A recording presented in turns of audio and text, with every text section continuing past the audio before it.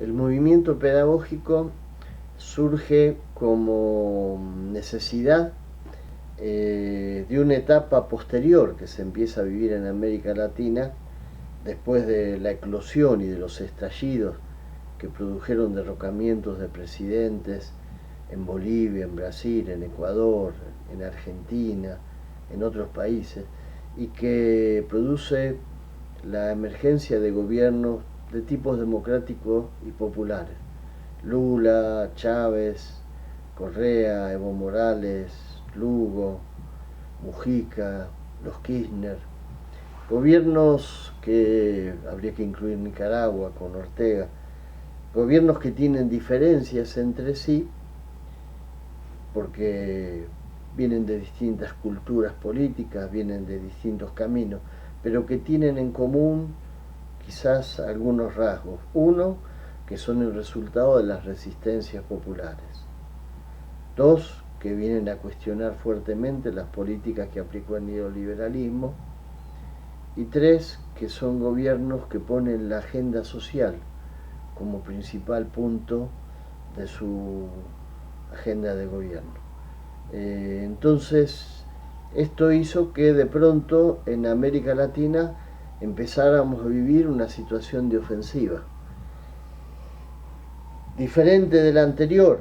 En la anterior luchábamos contra los recortes, contra los ajustes, contra las pérdidas de derechos, contra la reducción de la escuela pública. En estos países nos encontramos con que ya el discurso de decirle que no a todo no caminaba más, porque estábamos en un escenario, en un verdadero cambio de época, donde nos encontramos con gobiernos que en lugar de cerrarnos las puertas y de reprimirnos, abrían las puertas y nos decían, bueno, ¿y ustedes qué proponen? ¿Cómo resolvemos esta crisis? ¿Cuáles son las ideas que tienen? ¿Cuáles son las propuestas? Y ahí entonces entramos lo que nosotros decimos en un punto de inflexión. Pasamos de la defensiva, que era la lucha contra los recortes, que sería la etapa que viven hoy los compañeros de Europa, a una ofensiva del campo popular, donde empezamos a discutir, bueno, cuáles son las necesidades y cómo resolverlas. Esto nos puso en un brete. Teníamos que empezar a tratar de encontrar propuestas y a realizar una construcción desde las organizaciones sindicales que empezara a incorporar ideas propositivas. Hasta ahora, con la resistencia y la lucha, nos movíamos bien, pero bueno, de pronto entramos en una etapa más compleja porque es más difícil tener que avanzar y que construir caminos nuevos que resistir. Para resistir hace falta sobre todo tenacidad, obstinación, coraje, pero para avanzar en una etapa de ofensiva hace falta además empezar a generar unas políticas de gobierno. Y entonces de ahí surge el movimiento pedagógico. Decimos, ya no basta con definir un programa de defensa de la escuela pública, ya no basta con tener iniciativas en la resistencia, ahora tenemos que empezar a definir políticas. ¿Qué decimos de la formación docente? ¿Qué decimos de las organizaciones escolares? ¿Qué definimos nosotros por educación de calidad? ¿Cómo planteamos el funcionamiento de las escuelas?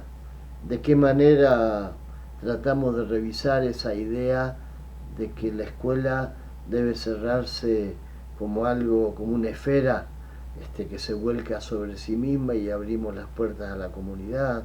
¿Cómo le damos protagonismo al movimiento estudiantil?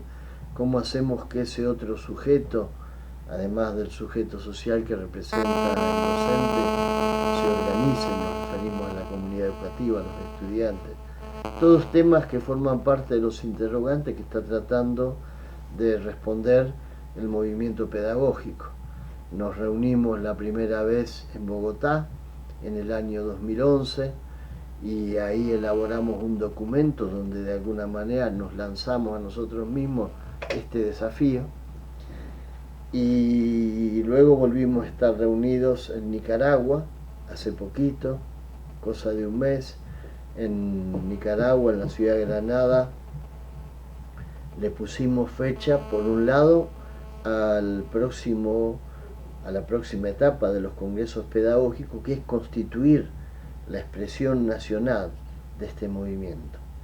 Hasta ahora veníamos de un encuentro en Bogotá donde definimos en líneas generales las temáticas, la planificación y sobre todo el programa en líneas generales. Ahora pasamos a una segunda etapa a partir de julio de este año, donde vamos a constituir en cada país de América Latina y del Caribe la expresión que corresponda a la nación del movimiento pedagógico latinoamericano.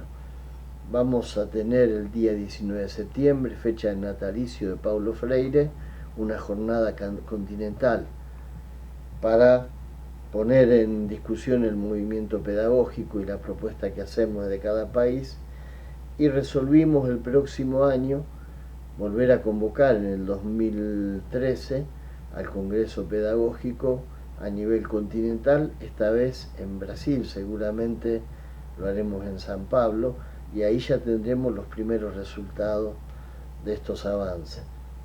Junto con esto decidimos también constituir o empezar a trabajar para constituir el Observatorio de Políticas Educativas de América Latina y el Caribe. Esto también es una necesidad que tiene que ver con esta etapa de ofensiva. Es cierto que América Latina es un continente muy contradictorio, lo sigue siendo, porque es un continente que tiene muchas riquezas naturales, que tiene mucha riqueza cultural, pero que tiene mucha pobreza y mucha desigualdad social. Y hoy es un continente que, si bien tiene gobiernos democráticos y populares de distintos signos, esos gobiernos democráticos y populares tampoco es que levantaron nuevos paradigmas educativos ni que encontraron caminos alternativos y absolutamente contrapuestos a lo del neoliberalismo. Se están produciendo mejoras, avances. En algunos lugares, como en Ecuador, tenemos conflictos, gobiernos que tienen banderas progresistas, pero que en el terreno educativo es como que todavía estuvieran encerrados en los parámetros que marcó el neoliberalismo. Por eso la necesidad del movimiento pedagógico, para tratar de mostrar que si hay una transición que nos despega de las políticas más duras de lo que fue, en términos económicos, el consenso de Washington, las imposiciones del Fondo Monetario, los ajustes, los recortes, la desocupación, que si hay una decisión, como se ve que la hay en muchos gobiernos democráticos populares, de tomar distancia de esas políticas en el terreno económico, la tiene que haber también en el terreno educativo, porque si no vamos a entrar en una contradicción flagrante, donde por un lado hablamos de distribución de la riqueza y por el otro lado seguimos pensando que el modelo chileno de privatización es una panacea. Entonces creo que en ese punto es donde se sitúa la principal preocupación del movimiento pedagógico. Por supuesto, hay otras naciones de América Latina y del Caribe que todavía están sometidas a las viejas condiciones de explotación y de ajuste que conocimos antes en todo el continente. Es muy desparejo este avance.